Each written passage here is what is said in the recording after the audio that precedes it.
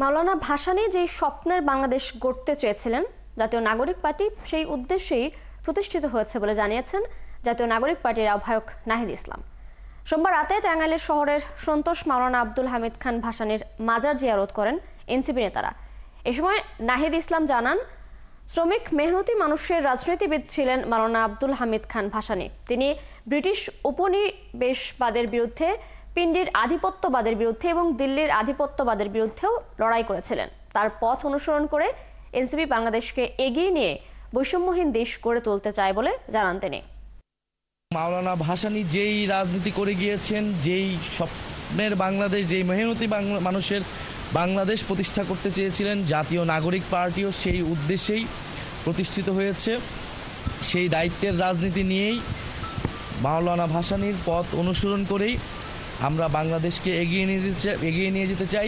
জুলাই পদযাত্রার অংশ হিসেবে আজ টাঙ্গাইলে পথসভা করবে জাতীয় নাগরিক পার্টি। তাদের কর্মসূচিকে কেন্দ্র করে এরই মধ্যে জুলাই নিরাপত্তা জোরদার করা হয়েছে।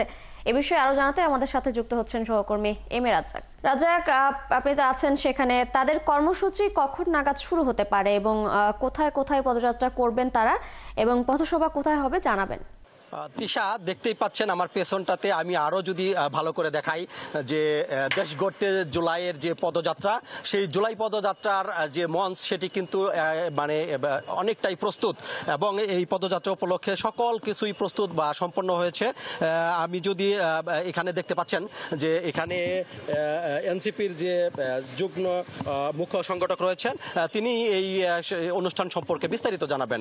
আমরা জানতে চাই যে আজকে এখানে এনসিপির কি প্রোগ্রাম রয়েছে এবং এরপরে কোথায় যাবেন, বিস্তারিত জানাবেন। আপনি জানেন যে বিচার সংস্কার এবং দেশ পুনর্গঠনের লক্ষ্যে আমরা জাতীয় নাগরিক পার্টি এনসিপি সারা দেশব্যাপী আমাদের জেলায় জেলায় যে পদযাত্রা সেটা আমরা করছি।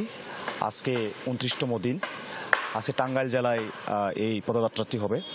প্রথমে আপনার শামসুল হক তোরণ যে ডিস্ট্রিক্ট গেট, সেখান থেকে আমাদের পদযাত্রা শুরু হবে। সেখান থেকে এসে পুরাতন বাস স্ট্যান্ড হয়ে নিরালা মোড় এসে পদযাত্রা শেষ হয়ে তারপর সংক্ষিপ্ত একটা পথসভা হবে।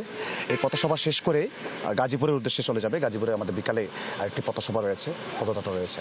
আজকে আমাদের এই পথসভায় আমাদের উপস্থিত থাকবেন জাতীয় নাগরিক পার্টি এনসিপির সম্মানিত আহ্বায়ক নাহিদ ইসলাম এবং উত্তর অঞ্চলের যুগ্ম মুখ্য সংগঠক সাজিদ আলম, দক্ষিণ অঞ্চলের মুখ্য সংগঠক হাসনাত আবদুল্লাহ এবং মুখ্য সমন্বয়কারী নাসিরুদ্দিন পাটোয়ারি এবং সিনিয়র যুগ্ম আহ্বায়ক সামান্তা শারমিন, সিনিয়র যুগ্ম সদস্য সচিব ডাক্তার তাসনিম জারা, সিনিয়র যুগ্ম সদস্য সচিব নিভা এবং ডাক্তার তাজনুবা সহ আর কেন্দ্রীয় সকল নেতৃবৃন্দই এখানে উপস্থিত থাকবেন। তা আমরা মনে করি যে আজকে টাঙ্গাইলে জনগণকে আমরা যে জুলাইয়ে যে গণঅভ্যুত্থান, সেই গণঅভ্যুত্থানটাকে আবার টাঙ্গাইলবাসীকে আবার জানান দিতে আমরা এসেছি। আশা করি টাঙ্গাইলবাসী আমাদের এই সমাবেশে স্বতঃস্ফূর্তভাবে অংশগ্রহণ করবে। তিশা, শুনতেই পেলেন যে এই জুলাই পদযাত্রার যে কর্মসূচি টাঙ্গাইলে, এখানে দেখতে পাচ্ছেন যে এটি একটি সভাস্থল।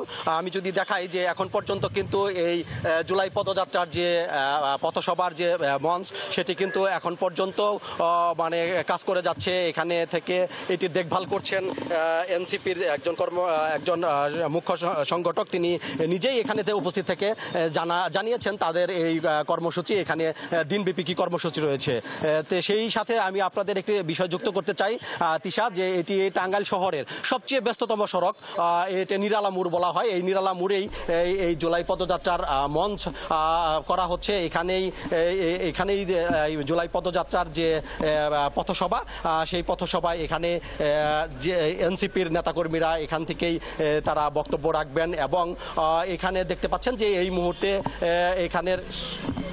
এখানে কিন্তু সকল কিছুই এখান থেকেই তারা এই জনসভা করবেন বলে জানিয়েছেন। তিশা, রাজ্জাক, ধন্যবাদ আপনাকে। আপনি আছেন সেখানে। নিশ্চয় যখন কর্মসূচি শুরু হবে আমরা আবার আপনার সাথে যুক্ত হব। দর্শক, কথা বলছিলাম সহকর্মী এম এ রাজ্জাকের সাথে।